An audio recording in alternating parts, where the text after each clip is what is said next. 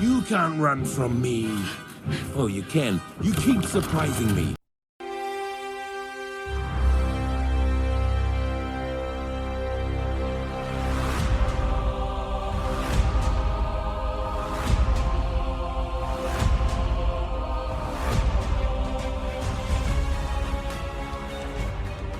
Hello there, everyone. Welcome to another episode of Talking Smack, where we talk superheroes, movies, animation, comics, and much, much more. I'm your host, Josh Scar, and I am joined, as always, by everyone's favorite furry sidekick, Alex. Alex, how are you doing? I'm doing well on this rainy December evening. It is just after the high holiday of Nicholas Day, and before we usher out the old man and usher in the brand new baby, full of hopes and joy. But we know we'll be greeted with despair because it's freaking winter. And it never gets any better anyway. We always hope for the best in the new year, but it doesn't get better. Not at our age. Hope is gone. It's just a matter of treading water long enough to be able to see some kind of enjoyment as you hit your twilight years, right? Yeah, I was my younger brother just turned 18, and I sent him this big like trauma dump Discord message of like it's trying to be jokey about like, hey, you're 18, but you can't drink yet, but you can vote, but some states you can't smoke, and all this, like, and then it's time to go to college and get into debt, and then just kept going, like middle management position, you hate your boss, you hate your commute, you live for that Starbucks every morning that is actually like harvested by people earning a penny a day in a different country while the corporate bearing all this trauma. And I showed it to my wife and she went, that's a little much. And so I just wrote, hey, happy birthday, hope it's great. Yeah, having a 9-year-old that's like sort of starting to catch on to some things, a little part of me is like, yeah, welcome to the darkness, kid. And another part of me is just like, no, hold on to the light a little longer, child. Yeah, like we were visiting some of our friends and they have a 2.5-year-old. I'm like, oh, you're adorable and sweet, and you're carrying around your Winnie the Pooh. I love this age. Like I just want to embrace you in your joy of life. Ah, crap! I have to work tomorrow. Uh-huh. Yeah. So, Alex, this is a weird episode for us because we are making up for the existential crisis. I'll just say I went through in November. It kind of created some havoc in our schedule. So we're making up on some of our episodes that we missed. And we're going to start with Moana 2 because I took the kids to go see it the day after Christmas. Oh. No, it was the Friday after Christmas because it was payday. But I also got some gift cards and thought it'd be a fun thing to do since I had the day off. And we're going to talk a little bit about what I experienced with Moana 2 because I didn't want to subject you to that. What can Disney say but you're welcome? But before we do any of that, we have to hear from two of our favorite British people, Tim and Joey Fitzgerald over at the Game Club Pod Network. I don't know if it's a network officially, but they should just call it the Game Club Pod Network because they have so many spinoffs. But this isn't specifically for the two Blokes from Blighty podcast, and we'll be right back. Hi, I'm a bloke. And I'm another bloke. And we are from Blighty. My name is Joey. I'm joined by my co-host Tim. Hi. Where every single Wednesday we come at you through the Game Club Pod podcast feed with our show, Two Blokes from Blighty. I tried to think about the kind of topics that we talk about on Two Blokes from Blighty. Tim, what's your favourite topic that we've ever spoken about across our 3 seasons? The fiasco of me shaving my head. Mine is the fiasco of you shitting on a toilet seat. If those sound like things you want to hear about, join us every Wednesday by searching Game Club Pod in your podcast provider. Just makes my life sound a little bit tragic, really, doesn't it? Would you listen to that show, Tim? I would. I don't think I would. No. I really, really need to look up that episode. I have. You sure do. Again, it's brilliant promotion work because you have to go back to episode 1 and just go through the whole thing till you find those stories because they did them so early on. I just love Two Blokes from Blighty. It releases alongside us on Wednesdays. More often than not on Wednesdays. This episode will be coming out pretty much as soon as I edit this episode, which should be Sunday, December 29th, to date this episode. I mean, I already dated it by saying we went and saw this movie after Christmas. So it's been in theaters for a month at this point. It's made over $800 million at the worldwide box office. It has earned more in the box office than Moana 1, which is a little disappointing because this movie relies very heavily on you acknowledging and knowing and remembering Moana 1 very heavily, which came out at this point 8 years ago. Somehow, how has it been 8 years since Moana came out? Wow. I know. I don't. And yet it's not even going to be 10 years old, or maybe it will be just turning 10 years old when we get the live action remake, which is just bananas and bullshit all at the same time. Oh man, that's 8 years.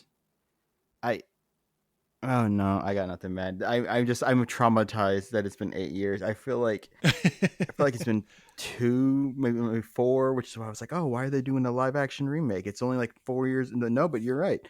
This thing's 8 years ago. Is a sequel 8 years in the making, followed quickly like 18 months later by a live action remake in the making.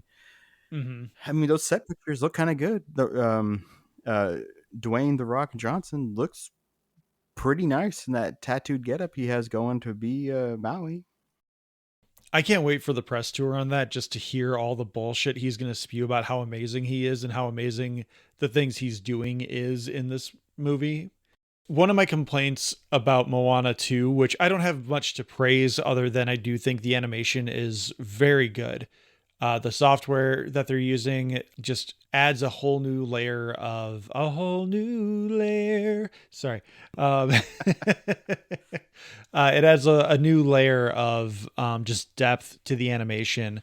I remember thinking pretty early on that the water animation, like they created a whole engine just for the water for Moana 1, because water, for the most part, in most animated CG animated films, still never quite looked right. It just kind of looked like an amorphous glob. Never really had much depth. It never really looked much like water unless like they took the effort to do it. But even in like Finding Nemo and Finding Dory, which I think Finding Dory came out after Moana, or maybe just around the same time, the water looked good in sequences, but it still didn't look as good as it did in Moana. And in this one, I kind of thought the same thing, where they made an entire engine for the water in Moana 2, or in the original Moana from 2016, and it didn't look quite right. But then I remembered that this was made for streaming. But then there's other things that happen in this film where they do close-up shots of like the oar and the boat, and close-ups of the characters and their faces. You can see like the wrinkles in some guys' faces, and you can see the depth and like the patterning of the pores on some people's skin.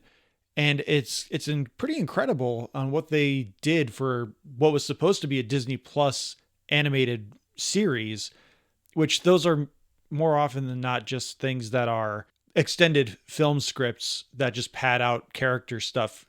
And by the time the series is done, you're like, it was fine. It was okay. This is an hour and 40 minutes of very okay, would have been fine on streaming stuff. But I think, as much as I hate to say it, I think releasing this on streaming was the right thing to do. Not only because, again, you're just releasing an extended film in 8 parts or whatever it is.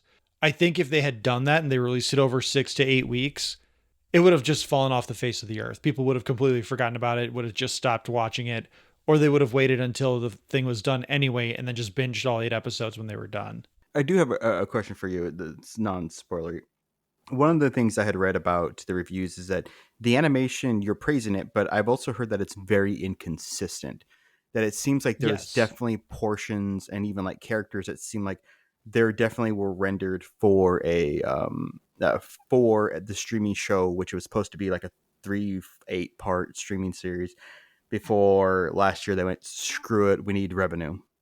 So are you saying that basically there are these set pieces are beautiful, but then everything else is a little off? Or is it character to character? I think it's more in the close-up stuff. I think they probably took their time once they converted it to a feature film. Once they decided on that, they probably went back and made certain sequences done a little cleaner and with newer software. Like I was saying, the water effect looks like they just recycled that. Certain things look like they recycled them or just didn't have the budget for it, even though you would hope that everyone's using the same computers and the same software to animate this thing. But there are definitely points in the film where it doesn't quite feel the same. Like there's pretty early on, once Moana assembles her crew, there's a whole sequence where Moana's like getting the team rallied and kind of getting everyone on the same page to go on this voyage. And the song is not good, among other things, but it also it's very helter skelter in terms of we're doing wide shots, we're doing close-ups, we're doing wide shots, we're doing close-ups, we're doing a swing shot. And like, it's supposed to be like, that's kind of what you expect from a musical number. But in this case, it never really felt cohesive because I think the animation never felt consistent. And the depth of the animation, the quality of the animation was always a little off in certain sequences. But overall, I think if I'm going to just go right into like what the Talking Smack rating is, I think it's fine. I can't say that it's a must-see or a pass, in all honesty. If this was released on streaming, when it's released on streaming, and you have a child who's 11 years or younger and they love Moana, they'll enjoy this because they don't know any better. They're just like, hey, more adventures with my friends. I mean, that's really all I have to say in non-spoiler talks about these things. So the way we're going to do this part, since Alex hasn't seen it, and again, I know he has kind of been curious about what the final product is with the transition from a streamer into a feature-length film and a feature release. I'm going to kind of let him drive the conversation a little bit, see where that takes me.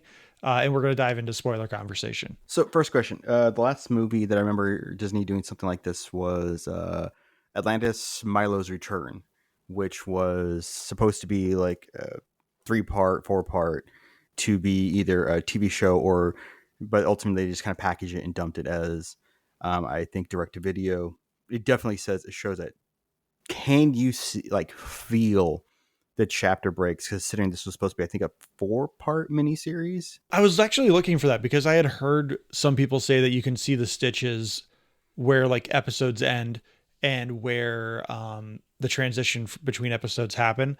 I was actively looking for those and I didn't feel that at all. I felt like it did I don't want to say seamlessly because it's a really janky ass movie in terms of what's happening, but I really couldn't tell where was the logical ending point for certain episodes or where that would be a clean break to go, okay, we'll see you next week. Do the coconuts return? Yes. And much to your chagrin, they have a tragic backstory that makes them not evil. They're not evil. They're the same as Moana and her people, where they've been separated from their home island, which just so happens to be to the right of where their home island is. Wait. So in the original one, they were kind of innocuous, but then they had like the evil eyes, and there was that entire giant. They're pirates, and they're the Mad Maxes of the sea. Yes. Now there's an entire backstory. And they're just tragically misunderstood. Okay. Yeah, pretty much. Are they forgiven for all the dead bodies they've left in their wake?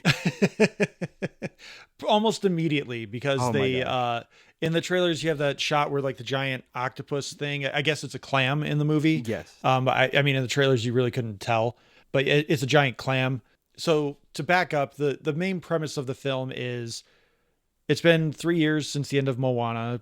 Moana has been roaming the seas as the sole wayfinder. She hasn't even trained other people to be wayfinders in her village for some reason.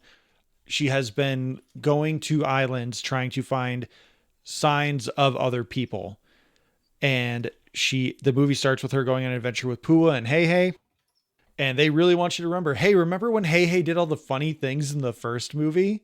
He's going to do those same things again and again and again and again. Does Maui try to eat him? No, but he calls him Boat Snack many times, and he calls Pua Bacon and Boat Snack Upgrade. Oh, wow. But Moana finds a broken bowl with a star chart on it and people etched on it as well. And she's like, hey, there's evidence that there were people on this island. They're gone. Don't know where or how, but this is the first clue we've had in 3 years since we've been able to roam the ocean, or since we've started roaming the ocean again. And that's what kicks off her journey with her new crew, all of which I do not remember any of their names. You have a Maui fanboy, you have a scientist, and you have a farmer going along with her, along with Pua and Hey Hey. And then Maui comes along eventually. So when we get to the clam thing with the Kakamora, we get a little bit of an action sequence. We were reminded of how awesome Moana is, but then the Kakamora remember her, and we see the moment in the trailer where she gets blow darted in the butt. Instead of killing Moana, they reveal to her through pictograms translated by the Maui fanboy, because he does fanfic. Therefore, he can understand what's that stupid game, Pictionary. He understands Pictionary, and the Kakamora play Pictionary with like the color designs on their backs. And so he translates their Pictionary into their tragic backstory, and they come to an understanding that if Moana can open up the door to find their lost homeland, they will also go home and everyone will be happy. And then they pick up a Kakamora as one of their crew members as well. Does the crab return? In a post-credit scene, yes. Does he sing a song? No, but he offers to. I have to say before I forget, they set up a sequel in the post-credit scene. They're basically just doing Wrath of the Titans. Please tell me there's a Kraken.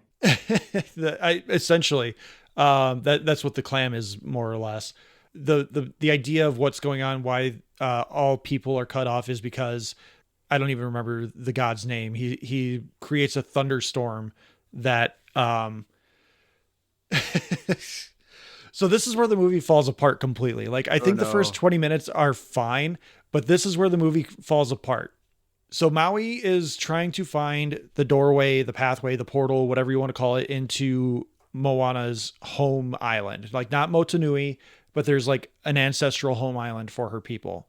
He's trying to find it and raise it out of the ocean. But there's a curse on the island, and there's a perpetual thunderstorm held there by a god. The catch is to break the curse of the thunderstorm and open the pathway for all people to return to their ancestral home island, is that they have to set foot on the island again. But it has to be a person. It can't be Maui. He's a demigod. It has to be a person. So what Maui's doing is he's trying to get there and do nothing, essentially. Because the whole conflict between him and Moana is that Moana has found him being held captive a la Thor Ragnarok by fun, crazy bat lady who is also not evil. She's basically Megara from Hercules. Maui is trying to get to the island without the help of people, without the help of Moana, but he can't break the curse without Moana. But he's mad at Moana for coming out and trying to find the island because it's cursed. It's a weird logical circle of hoop jumping because his motivation makes no sense. He's trying to stop Moana from getting there, but he went into the thing that takes them to the other side of the portal to the island. But it makes no sense. I can't even articulate what he's trying to do, because the smart thing for him to do would be wait outside the clam, just circle around it for forever. Oh, hey, Moana's here. Let me stop her. And then maybe we can create a plan from there. But no, instead he goes into there, tries to get to the other side and break the curse himself, but he can't do that because he's not a people. So this basically recreates the whole friends falling apart motif that happened in the first one then. Not especially. Maui's trying to do it as a thank you to Moana, and Moana keeps trying to be but we did this once before, we'll do it again. Okay. Once they get to the other side, the ocean spirit is cut off from them. So Moana feels a little helpless. And so Maui has to give her the big motivational speech, sort of like what she did for him. And it's fine. The substance and the depth of the first movie is not there. I think there is a little bit more reverence paid to the Polynesian culture in this film. Okay. Which I think is fantastic, but it rings hollow when the story they're telling is not even, it doesn't even break the surface level of good storytelling, in my opinion. All right, so the first one has essentially 3 songs that are fantastic: "How Far I'll Go," "You're Welcome," and "Shiny." Now, my favorite's probably "Shiny" because it's just adorable and fun. Jermaine Clement. "You're Welcome" is, I mean, come on. It's great for a meme and great for sarcasm. "How Far You It's Go" not really is a just full-fledged good. song, but the song she sings to Taka when she realizes that Taka is Tafiti, the song is called "I Know Who You Are," where they play the backing track from the scene where she's a baby, and she has that interaction with the ocean, and she's singing a reprise essentially of "How Far I'll Go." And like the visuals and everything, just I get weepy every time I see that scene. I get tingles. I'm getting tingles thinking about it. It's such a powerful scene. This movie has none of that. The best song in this movie is Beyond.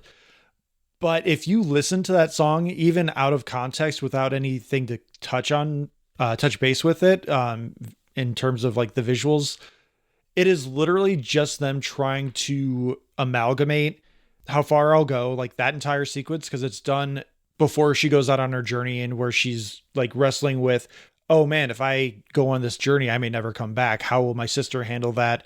How do I reconcile the guilt of potentially never coming back to my 3-year-old sister? And then it also works in the I Am Moana from when she like regains her composure after the first time they try to fight Te Kā. It's a pretty good summation of this film because it tries to do everything at once without doing anything new. Like Maui has a new song called "Can I Get a Chihu?" It's the motivation song of the film, and it's basically just a ripoff of anything from Hamilton. I should have taken let me do a thing here. Hold on. I'm going to edit around this because you need to hear this. It's my turn to give a motivational speech. It's your job to finally practice what you preach. Because of you, I'm a better me. I didn't even think that was a possibility. You got me out of mess after mess. Demigod in distress, but now the roles are reversed. You're being put to the test. It's fine, because we got a plan for breaking the curse, and even the odds couldn't be worse. I'm making the bet on the bravest and greatest of wayfinders I've ever met. I'm going to leave it there. Very Hamilton right there. Yeah, you can stop. Yeah, no, just I because get it. We don't need the whole thing. Like, Yeah. that's the entire song.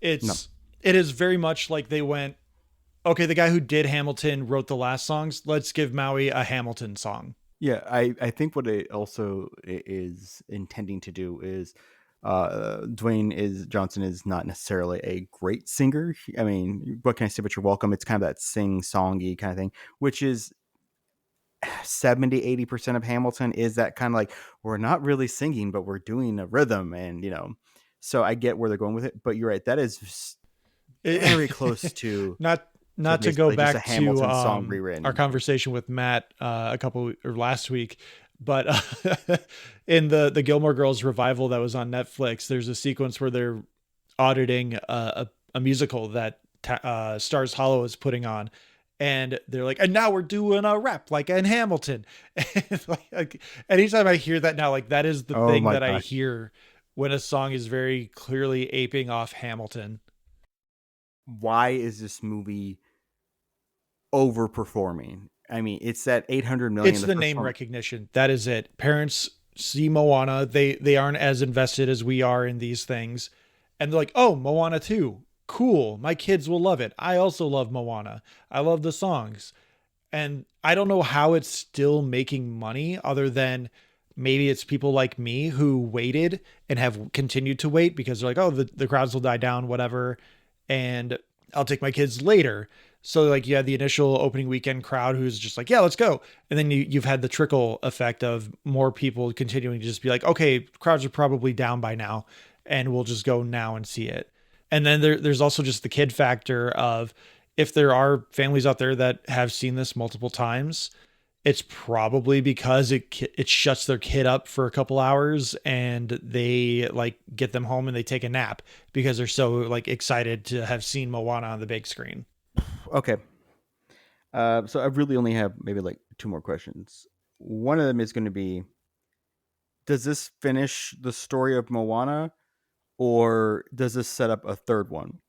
It sets up at least a third one. Like I said, they're doing a Wrath of the Titans. The post-credit scene is the god who was preventing them from getting to their ancestral home island. I forget the name. It's like a weird, again, amalgamation of things you know. If I remember it, it's like Motofiti or something like that, or so it's like Motunui and Tefiti, but it's Motofiti or something like that. It's close enough. But for some vague unknown reason, this god was trying to prevent people, vague general term, from being able to remain in contact with each other and continue exploring the oceans. And the post-credit scene is this god being revealed a la Thanos on a throne, and the Megara character, who in the trailers is portrayed as potentially the villain, but we find out that she's more like a Loki. She's just having fun, but she's working for someone. But again, she's a little bit Megara as well, because she's doing it against her will, more or less. Like, she's tied to him for some unknown reason, but she's got a thing for Maui too. So, she's going to turn face eventually. But he's just like, hey, the people weren't supposed to get to the islands. Now things are going to get real bad for them. And then Tamatoa shows up and he's like, I'm here too. Would you like me to sing a song? And you remember me from the last movie, right? And that's kind of it. But yeah, they're essentially going to set up Wrath of the Titans, but Wrath of the Polynesian gods. Okay.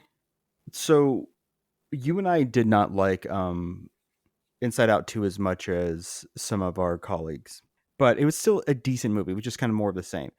Is this movie comparable to Moana, or is it definitely like a massive step down? It's a massive step down from Inside Out 2. Inside Out 2 at least tried to do something, and it represented anxiety in an impactful way. I think that's probably the best way to describe Inside Out 2 compared to this, is that Inside Out 2 is at least impactful, where there's little to no substance with Moana 2. And I think there are a few things here which I don't know. I wasn't sure if I wanted to spoil any of this, but they pull a Frozen 2 as well, and Moana dies because the thing she learns from not Megara is that she needs to think outside the box. So Maui fails at raising the island, and in doing so, he loses all of his tattoos, which I thought meant now he's human. Maybe they're doing the thing that people thought he should have done in the first movie, and he becomes human. But Moana, she goes under the water and puts her hand on the island. But as the moment she hits the island, she gets struck by lightning from the god. And so she dies. Maui swims down and gets her. And then the ocean comes and creates an air bubble for them. And Maui summons their ancestors. And the guy from We Know the Way shows up, and the grandmother shows up, and they form the Moana spiral. They revive her and she becomes a demigod. And she gets a tattoo, which is like star charts on her arm. Oh, neat. Instead of getting a hook like Maui has, her oar becomes like a new magical item for her. Her powers are vague. They don't outright say that she is a demigod. I've sat on this now for 2 days, and I continue to sit here thinking, I don't like that. It removes a little bit of Moana's relatability. And I'm sure Disney didn't think about this, but it adds a whole new level of grief to her life without her asking for it. Because as a demigod, if she's not immortal, she's going to age much slower than everyone else. Like Maui's over 3,000 years old, and he looks like he's 30, 40 years old. She just spent the first act of this entire movie thinking, what if I don't get back to my sister? Now she's going to watch her sister die and live thousands of years longer than her sister did. Her life has just become, in my opinion, heartbreaking. It's oh geez, I'm forgetting her name. Aragorn's girlfriend, Liv Tyler. Éowyn. It's like what she's going through in The Two Towers and Return of the King, where even though Aragorn is a Dunedain and he's going to live for hundreds of years, she's going to live for thousands. Even those hundreds of years are not going to be the same in terms of perception. And Moana now, she's living longer, and she has powers, and her sister is going to die before she knows it at this point. unless they do something to retcon her demigodness. And I think that part is heartbreaking. And then on top of it, you add in the fact that it removes a little bit of Moana's relatability. I understand it. You're setting up this board so that she has to go up against gods in the inevitable sequel that's going to be coming. So you need to give her a power upgrade. But I don't know. I don't know how you work yourself out of that one without giving her powers. Making her a demigod, that I feel like that's too far. So you've mentioned that she now has like what, a 3-year-old sister now, right? Samaya, yes. Man, good on her parents. they're still working. Moana's like 20 now. Their parents are still having kids. Bless them. Good on them. Good to see that, you know, there's still smoke rising from the chimney. Yeah, that is a pretty significant age gap. Yeah, it's like 16, 17 years. Well, no, I'm guessing she probably was born shortly after because she's 3. So I think Moana was supposed to be like 13 or 14 in the first one. So she's like 16, 17 in this one. So, I mean, she would have had to have been born pretty soon after the first movie. It's still 13 years. That's a while. Yeah, that is an age gap. But yeah, I mean, some people do it. I think that's a good enough place to end it, unless you have any more questions, Alex. No, I was just going to say I will be happy when this hits Disney Plus as something to have on in the background. That's pretty much all this is. There's a lot of stuff happening and almost none of it makes sense in terms of story structure. Maybe that's part of where it would have helped to release it as a Disney Plus series, but I also don't think that what they did up until they cross over into the like broken off section of their reality, I don't know, that would have been enough to keep people entertained, especially if they're only doing like 1 or 2 songs per episode. And again, the songs are not great. Beyond is fine. I think they're submitting that one for an Oscar nomination. It's not going to win. There's no way in hell that wins.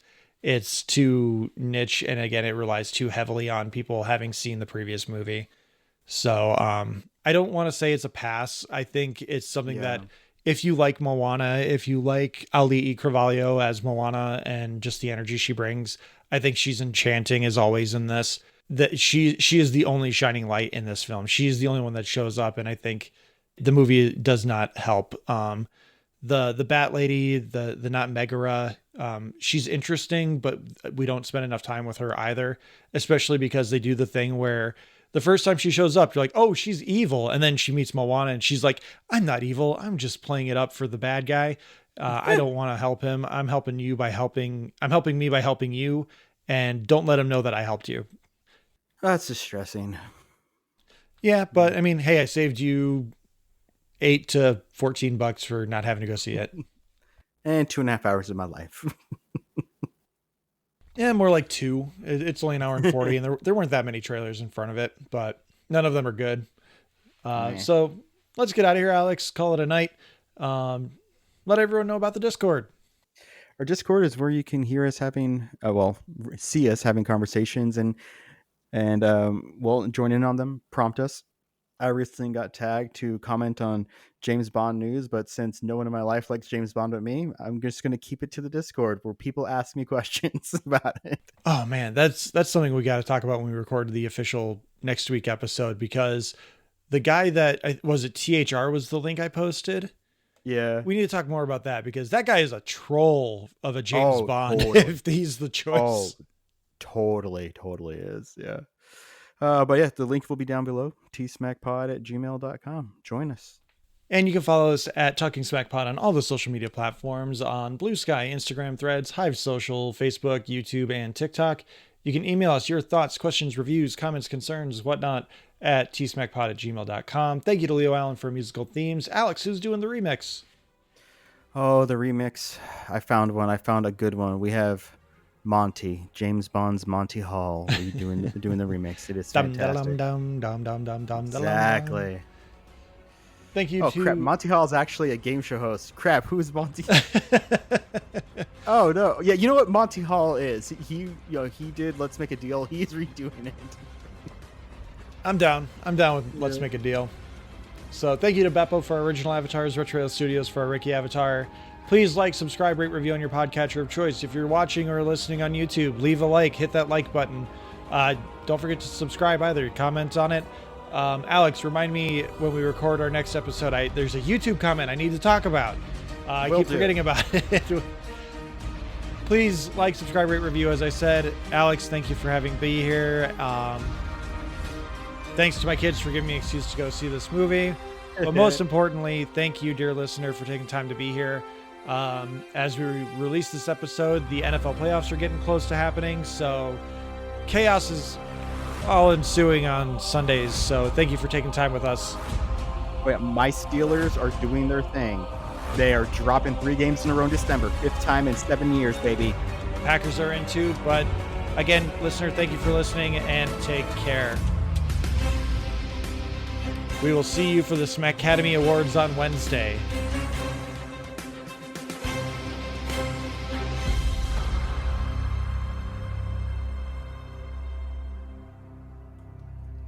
Watch Star Trek. Wait a minute. I see. She's taken a barnacle and she's covered it in bioluminescent algae. Has a diversion.